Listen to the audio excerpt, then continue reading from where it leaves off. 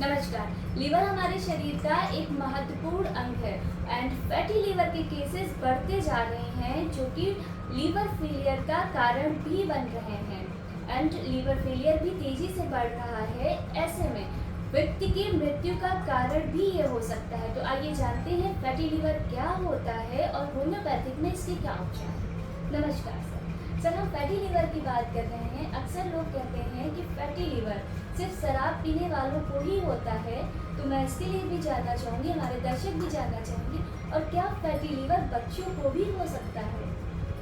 बहुत अच्छा सवाल है और आज के समय में एक बड़ी कॉमन सी समस्या है फैटी लीवर। फैटी लीवर आज हम किसी का भी अल्ट्रासाउंड करा दें तो अल्ट्रासाउंड की रिपोर्ट में फैटी लीवर आ जाता है, उसमें ग्रेड भी दिखता है। तो जब डिस्कशन शुरू करते हैं तो पहले हम लोग समझते हैं लीवर क्या है। तो लीवर हमारे शरीर का एक बहुत महत्वपूर्ण अंग है। ये डाइजेशन का काम करता है, खाना जो हम लोग खाते हैं उसके पाचन का काम करता है, पित्त बनाने का काम करता है, बॉडी को इन्फेक्शन से लड़ने की मदद करता है, ब्लड शुगर को रेगुलेट करता है और शरीर में जो टॉक्सिक्स आ जाते हैं उसको भी शरीर से बाहर निकालने का काम करता है। इसके अलावा ये फैट को भी कम करता है और प्रोटीन बनाने में मदद करता है। अब ये होता क्यों है, अगर शुरुआत में थोड़ा सा मैं आपको बता दूं, ज़रूरत से ज़्यादा खाना, बहुत ज़्यादा खाना खाने से, शराब पीने से या बहुत ज़्यादा फैटी फूड खाने से ये प्रॉब्लम हो जाती है। अब आपका जो सवाल है कि अल्कोहल से ही होता है, तो ऐसा नहीं है। ये जो अल्कोहल नहीं लेते उनको भी हो सकता है। क्या सिर्फ बड़ों को ही होता है? नहीं, बच्चों को भी हो सकता है। तो इसका रीज़न क्या है? इसका रीज़न क्या होता है कि हमारे अंदर जो फूड हैबिट होती है, हमारी जो लाइफ स्टाइल होती है, वो गड़बड़ हो जाती है, जिसकी वजह से ये फैटी लीवर होने लगा है। और फैटी लीवर का होम्योपैथिक इलाज बहुत अच्छा है। और जब हम होम्योपैथिक इलाज करते हैं तो बहुत हद तक जो लीवर में डीजनरेशन आता है उसको रोक सकते हैं, लीवर को ख़राब होने से हम रोक सकते हैं और स्वस्थ हो जाते हैं, स्वस्थ स्थिति में पहुंच सकते हैं अगर हम प्रॉपर होम्योपैथिक डॉक्टर की सलाह माने, उसकी बातों को माने, उनकी दवाओं को लें। सर, ये फैटी लीवर कितने प्रकार का होता है? ये जो सवाल है फैटी लीवर कितने तरह का है, उससे पहले थोड़ा सा और डिस्कशन बढ़ाते हैं कि फैटी लीवर है क्या। तो एक्चुअली में जैसे हम लोग पास जो एक्सेस मनी होती है हम लोग बैंक में जमा कर देते हैं और बैंक में जमा करने के पीछे हमारा लॉजिक होता है कभी इमरजेंसी होगी तो हम वहाँ से पैसा निकाल लेंगे। हमारा बॉडी भी ऐसे ही है और लीवर हमारे शरीर का महत्वपूर्ण अंग है। वो भी क्या करता है, जब हम लोग खाना खाते हैं और कुछ एक्सेस खाते हैं तो वो फैट को निकाल लेता है कि किसी दिन हमें खाना नहीं मिला, या जैसे आज आपका फास्ट है, आज आप व्रत है, लेकिन काम तो वही करने हैं, तो अभी आपको कहाँ से एनर्जी मिल रही। तो वो जो लीवर ने जो फैट जमा कर रखा है वहाँ से वो आपको सप्लाई दे रहा है, जिससे आप उतने ही अपने आप को एनर्जेटिक महसूस कर रहे हैं। तो ये प्रोसेस जो है बॉडी के इमरजेंसी के लिए, लेकिन जब ज़रूरत से ज़्यादा आपके बॉडी में फैट जमा होने, तब लीवर में फैट जमा होने लगता है, तब वो एक दिक्कत वाली बात शुरू हो जाती है, तब लीवर को काम करने में दिक्कत होती है। तो फैटी लीवर जब हम लोग अल्ट्रासाउंड कराते हैं तो क्या होता है, जब लीवर के वजन से 10% से ज़्यादा फैट जमा होने लगता है तब वो रिपोर्ट में आने लगता है। तो जैसे एक चीज़ है जिसकी कैपेसिटी 15 ग्राम की है, उस पर एकदम से धीरे धीरे भारी सामान आप डालने लगेंगे तो वो दिक्कत आ जाएगी। तो लीवर में जो फैट जमा होता है वो बॉडी के इमरजेंसी की होता है, लेकिन जब उसकी क्वांटिटी ज़रूरत से ज़्यादा हो जाती है तब वो हमको नुकसान पहुंचाने लगता है। और जनरली ये जो है 40 से 60 साल की एज में देखा जाता है, तो इस एज में होता है, यही सही समय होता है। अगर व्यक्ति होम्योपैथी डॉक्टर के पास आ जाए तो उसका प्रॉपर इलाज हो जाता है। उम्र बढ़ने के साथ होता है क्योंकि लाइफ सेडेंटरी होनी शुरू होती है, आरामदायक और फिजिकल वर्क एक्सरसाइजेस कम होने लगती हैं, कैलोरी इनटेक उतना होता है। तो एक सलाह तो मैं यही दे दूं कि उम्र बढ़ने के साथ अपनी डाइट कम करें और एक्टिविटीज़ ज़्यादा करें। एक्टिविटीज़ ज़्यादा करें, डाइट कम करें, तो ये काम आता है। तो जब लीवर में फैटी होना शुरू हो जाएगा तो लीवर के फंक्शंस आपके डिस्टर्ब होने शुरू हो जाते हैं, और जब लीवर का फंक्शन डिस्टर्ब होने लगता है तब उस समय हमें दिक्कत आती है।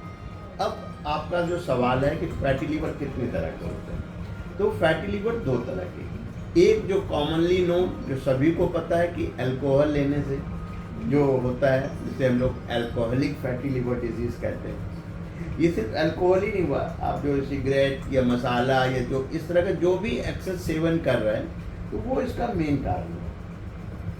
एक लेकिन जो दूसरा होता है, जो बहुत सारे लोग आते हैं जो बोलते हैं कि हमने तो लाइफ में कुछ भी इसका भी कोई नशा नहीं किया फिर भी हमें क्यों हो गया।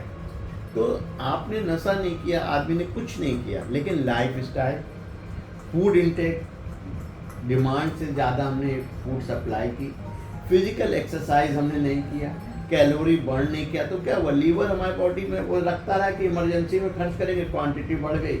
और आदमी के पास जब पैसा ज़्यादा जमा हो जाता तो इनकम टैक्स छापा मारता है, और शरीर में जब लीवर में फैट ज़्यादा जमा होने लगता है तो बीमारी अटैक कर देती है।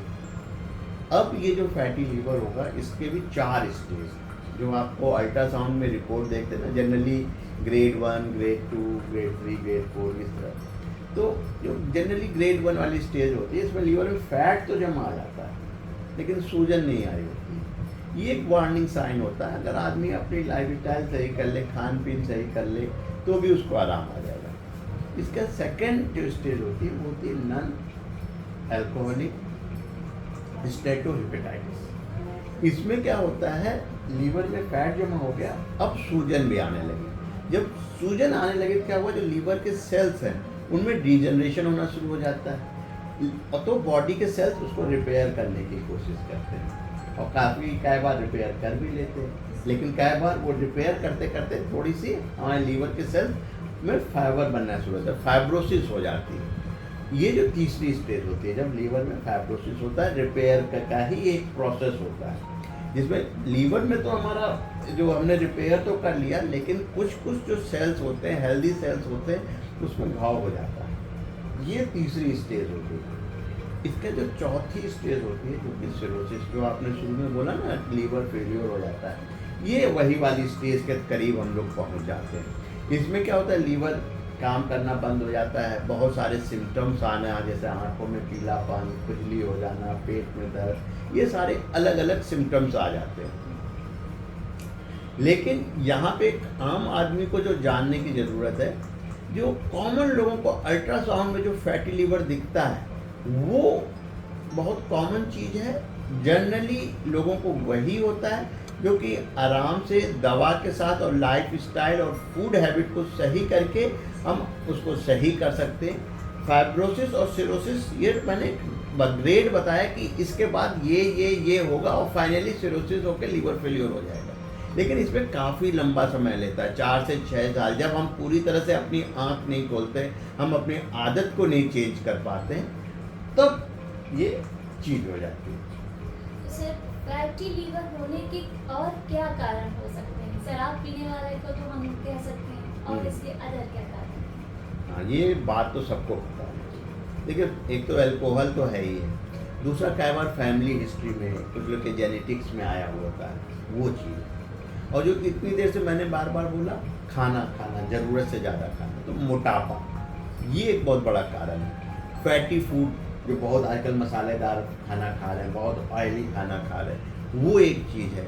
और बॉडी में जब ब्लड में जब फैट का लेवल ज़्यादा हो जाता है, या डायबिटीज़ हो जाए, या हम एस्टेरॉइड्स ले रहे हों, या पेन किलर दवा बहुत ज़्यादा खा रहे हों, तब ये हो जाता है। और एक चीज़ जो अपने हम व्यूअर्स को बताना चाहेंगे, अगर आपके पानी में क्लोरीन की मात्रा ज़्यादा होती है तब भी ये प्रॉब्लम हो सकती है। इसके अलावा आजकल एक डिजीज़ कंडीशंस जो गंदे पानी की वजह से होती है वो होती है वायरल हेपेटाइटिस। तो अगर वायरल हेपेटाइटिस हो तो उसकी वजह से भी कई बार फैटी लीवर हो जाता है। सर, ये तो हमने जान लिए कारण क्या होते हैं, लेकिन किन लक्षणों से हम पहचान सकते हैं कि किसी व्यक्ति को फैटी लीवर की प्रॉब्लम है? देखिए, ये बात तो बहुत अच्छा सवाल पूछा है कि लक्षण जान लेने पे हम ट्रीटमेंट के लिए जा सकते हैं। तो जो पेट का जो आपका राइट साइड वाला हिस्सा होता है, रिब्स के नीचे का, पसलियों के नीचे वाला हिस्सा, ऊपरी वाले हिस्से, पसली के ठीक नीचे, कई बार लोगों को वहाँ दर्द होने लगेगा। दूसरा, वेट लॉस होता है, वजन कम होने लगेगा। तीसरा, कमजोरी महसूस होगी। चौथा, आँखों में और स्किन के नेल्स पीले पड़ने लगते हैं। और उसके अलावा फूड का डाइजेशन सही नहीं होगा, एसिडिटी बनती रहेगी, पेट में भी सूजन आ जाएगी, ये चीज़ है। तो सर होम्योपैथिक में इसका क्या उपचार है, कैसे फैटी लीवर से बचा जा सकता है?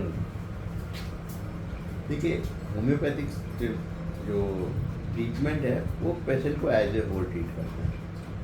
कारण अलग अलग होते हैं, सिम्टम्स अलग अलग होते हैं, एसोसिएट रीजन्स अलग अलग होते हैं। पेट में दर्द तो लेकर सभी आदमी पहुंच जाएगा, लेकिन किसी की फैमिली हिस्ट्री कुछ होती है, किसी की लाइफ स्टाइल कुछ होती है, किसी का स्ट्रेस कुछ और होता है, किसी को लोगों के साथ मिलना पसंद है, किसी को अकेले रहना पसंद है, इस तरह के बहुत सारे सिम्टम्स होते हैं। तो हम ट्रीटमेंट में जाने से पहले अगर हम होम्योपैथी की बात करें तो होम्योपैथी क्या करती है, वो ऑर्थोपैथी की तरह डिजीज़ को दबाती है, डिजीज़ को इस बॉडी के अंदर हेल्दी सेल्स को बनाती है। जैसे मैंने बोला, जब शुरुआती स्टेज होती है तो फैटी लीवर होता है, तब सूजन नहीं होती, सेकंड स्टेज में सूजन आ जाती है, थर्ड स्टेज में अल्सर हो जाते हैं, घाव हो जाते हैं, और फोर्थ स्टेज में जो है वो लीवर फंक्शन करना कम कर देता है। हमारी जो होम्योपैथिक मेडिसिन है वो हेल्दी सेल्स के रिपेयर वर्क को फास्ट कर देती है।